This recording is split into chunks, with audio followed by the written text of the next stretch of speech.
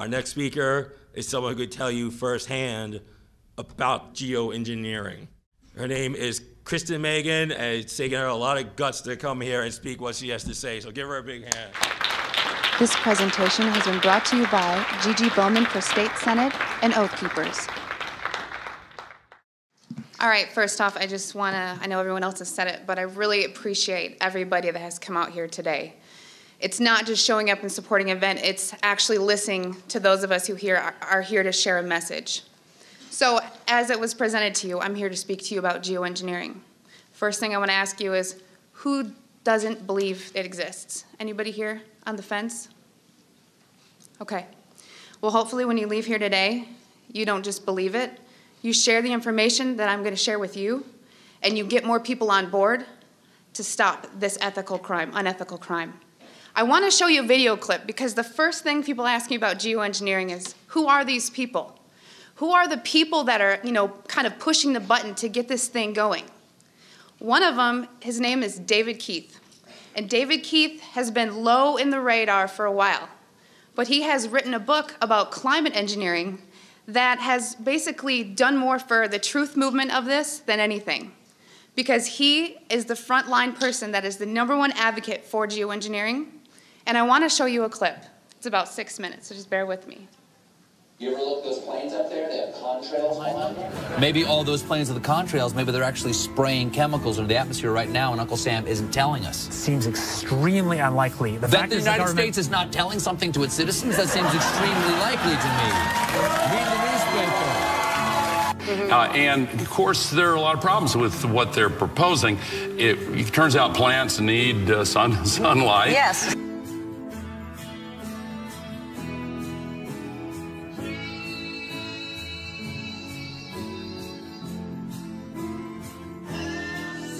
Have you gotten some grief for suggesting this? Sure. I mean, this is like writing a book that's the case for leprosy. Well, first of all, let me ask you this question, because there's a rumor, I don't know if this is true or not, that some scientists are trying to figure out a way to block the sun to try to slow down global warming.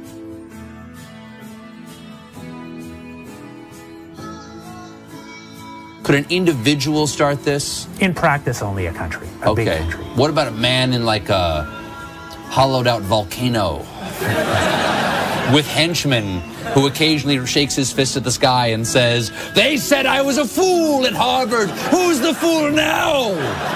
It's All Things Considered from NPR West. I'm Arun Roth.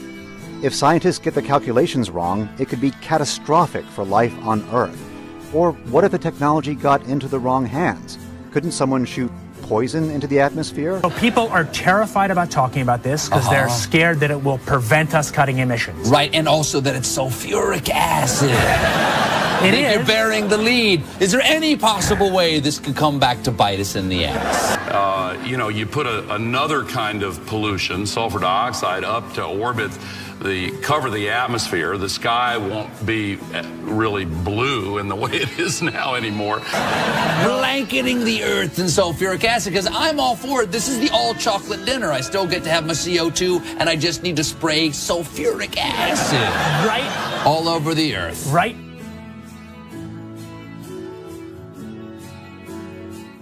But we put 50 million tons of sulfuric acid in the air now as pollution, and it kills 1 million people a year worldwide. Okay, and that's good or bad? It's terrible. But it'll be better if we put more in. So if it kills 1 million people and we're only doing 1% more, we're just killing 10,000 more people. You can do math. So killing people is not the objective here.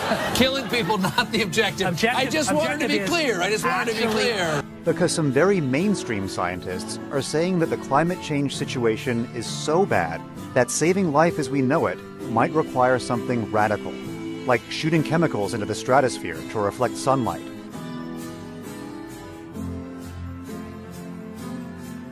This is the kind of stuff I wake up sweating about. Exactly. Well, it's your goddamn idea.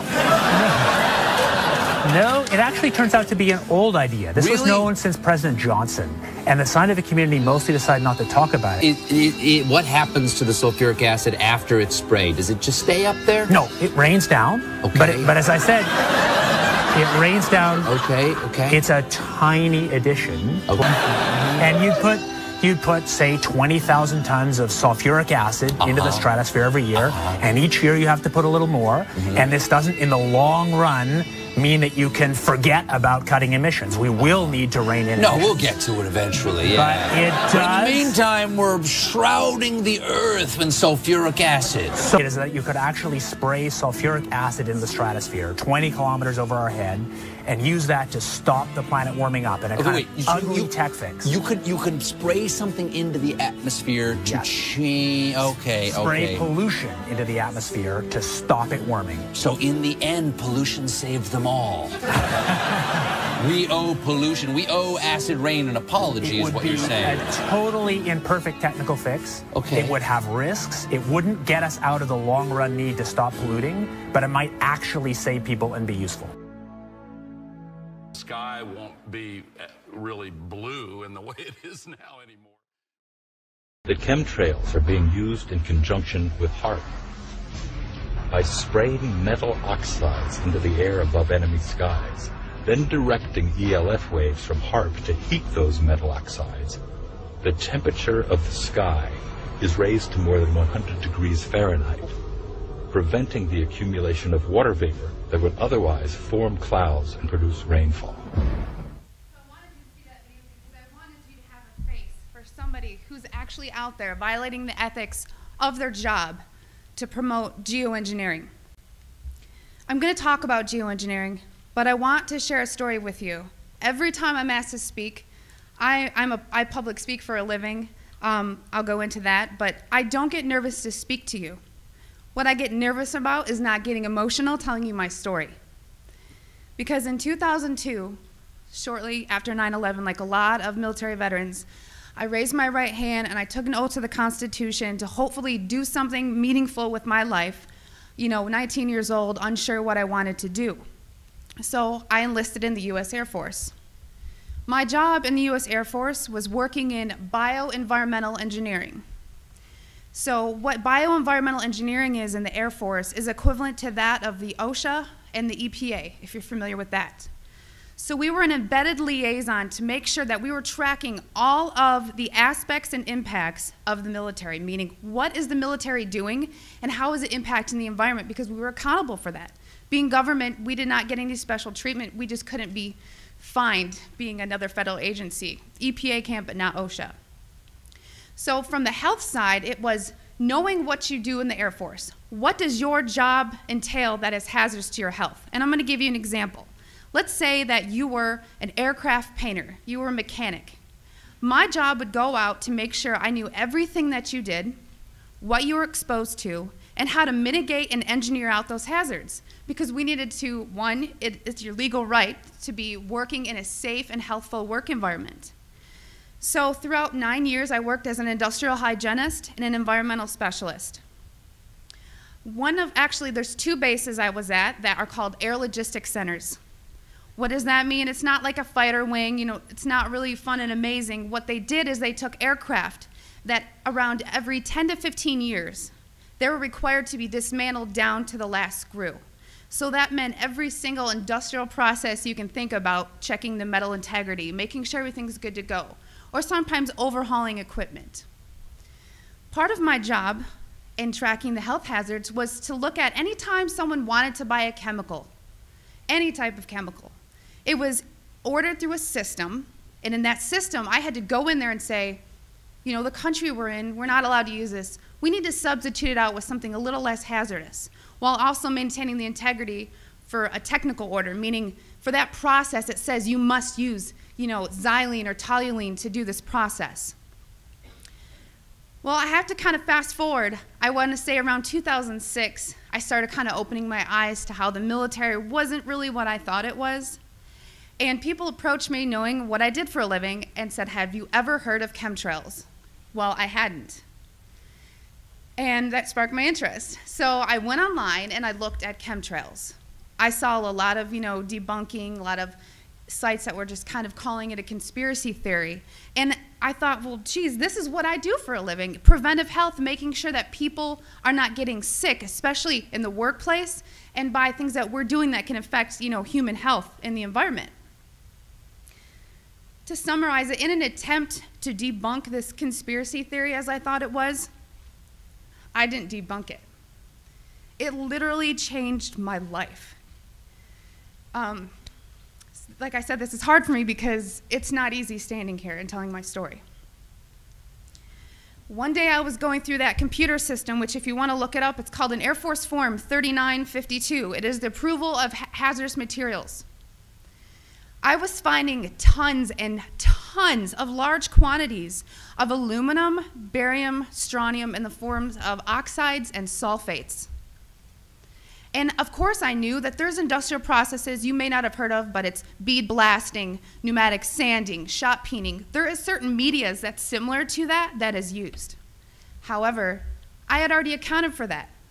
I would sit and look at this computer system and say, this shop wants to order this paint.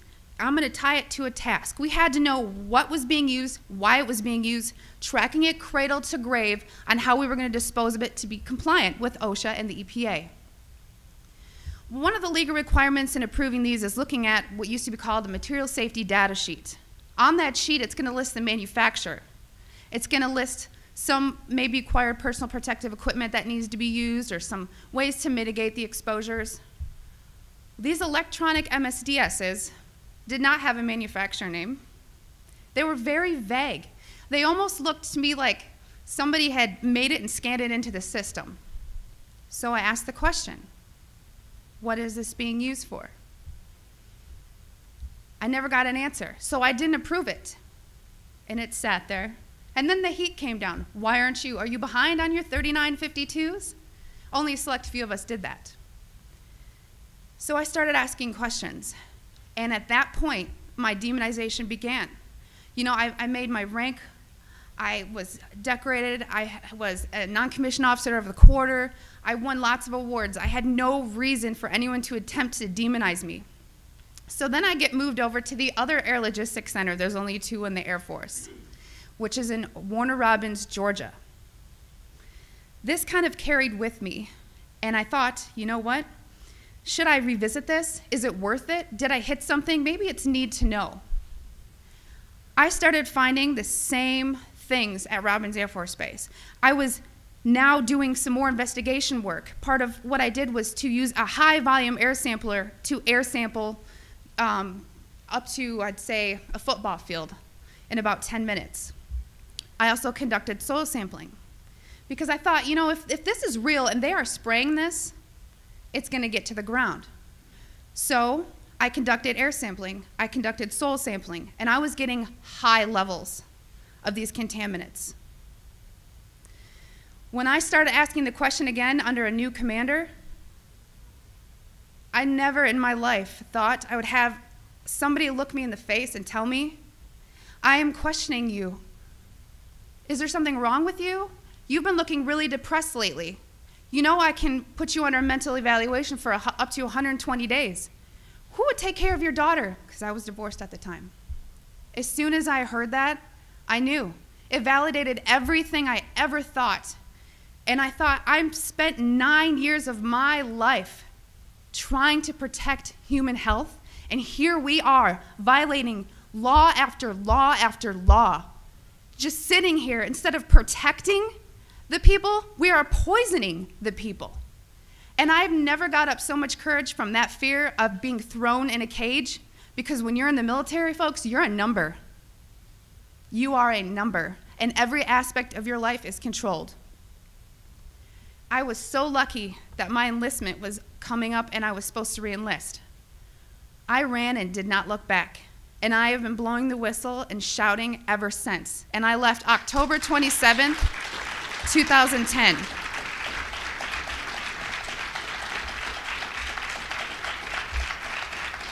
Thank you. It didn't just end there, though. You got to remember, there's a whole career field of people that work in bioenvironmental engineering. A lot of those people were told, do not talk to me. Do not talk to her. Do not email her. They were given no contact orders. Because my biggest thing was, if I'm just so, dishonest, don't you think somebody would come out and say, she was never in the military or something negative to discredit me? They've ignored me, but they've tried to silence me. Every time I fly, I am pulled into a secret room. I literally am tagged in the system for the TSA. It is difficult. As an industrial hygienist, I do very well for myself, but it has been so difficult after leaving the federal government to maintain employment. Nowadays, everyone runs background checks on you, and the first thing they look at is, wow, here's a whistleblower. And you ask yourself, if this is true and we are spraying the people, where are the pilots? Where are the people? I don't know if you pay attention, but look at Snowden. Look at Manning. People don't come forward because these supposed Whistleblower Act protections that you have are not enforced, they're not supported, and they really don't exist. But what I want you to take from this is to understand that I am being completely honest with you, and that geoengineering is occurring, it's been occurring, it is not new, and your tax dollars are funding this. I 100% know that the US Air Force was involved, and it kind of, I think back to all these things that I never had noticed. If you don't know what to look for, you can't look for something. And once I realized a process they were trying to hide, people have come out of the woodworks, from EPA compliance officers to ex-people that I worked with in my career field, who I cannot state for obvious reasons. I've had pilots come forward. I've had people come forward that actually load the canisters on the planes. These people don't come forward because they are afraid that they're going to end up like Snowden. And I continue to speak to let people know I've been screaming about this for 3 years and I'm still here. And why are you so afraid? Because many of these people are on active duty. And if you are willing to die for your country, supporting, the Constitution and defending us from enemies foreign and domestic, you are willing to die for your country, but now you're scared. You are scared and cowardly to talk about this. So I'm not just speaking to all of you in this room, I'm speaking to all those people that are going to watch this online and watch it on YouTube. Because you can come forward, you can help expose this, and we can stop it. So many people want to ask, why? Why is this occurring? That's for later thought. From weather modification to weather weaponry, there's numerous reasons under Agenda 21 and tons of theories. But my job as an industrial hygienist is to make sure that I comply with the laws and enforce them. So it is unethical every day for all the other people that are out there that work in preventive health, or even physicians that aren't speaking about this. They need to. So one thing I want to tell you is what you can do about it. The biggest hurdle that we have is disinformation sites. I never say them, but I'm going to today, so that you know if anyone ever gives these to you as a reference to debunk you, it's Metabunk and Contrail Science. Those are two websites that are ran by a government shill named Mick West. And he is a computer gaming programmer who tries to tell you about persistent contrails. So somebody who isn't even credentialed in chemistry or physics or ecology, none of that, is trying to tell you that you're crazy. Okay? So also on social media, don't just hit the share button. There are links. You have to understand that I have met people who used to be purposeful disinformation trolls, as we call them. These people are paid to pretend that they're you, to get you on board to believe a website or an article, just so that you look so vulnerable. And then later it will be deemed non-credible, and then you look non-credible. So please vet, research. And if you have something to write with, I want you to take down my email. It is Kristen, Kristen, Meghan, Meghan, @gmail.com. And by emailing me, I can give you some information for what I'm about to tell you. If you still don't believe it, or you still want to convince people, there's something you can do. You can take a glass jar. It needs to be a glass jar, so there's no BPAs. Take a rain sample and take a snow sample. I tried to discourage the soil sampling because everyone's background of where you live is different. Because a lot of the materials that are used in geoengineering are natural occurring in Earth, just not in the industrialized form that they're used.